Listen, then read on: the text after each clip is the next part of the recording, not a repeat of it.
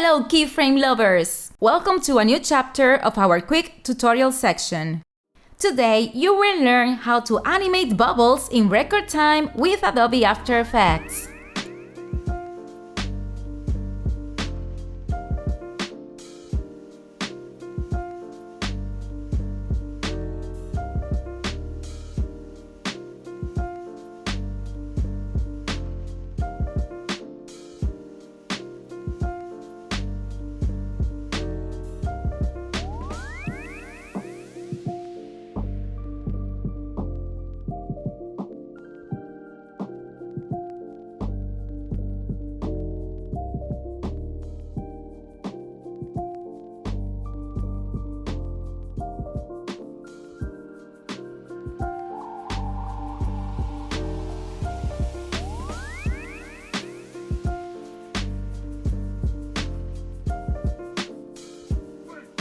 Subscribe to our channel and look at our animation courses in the description.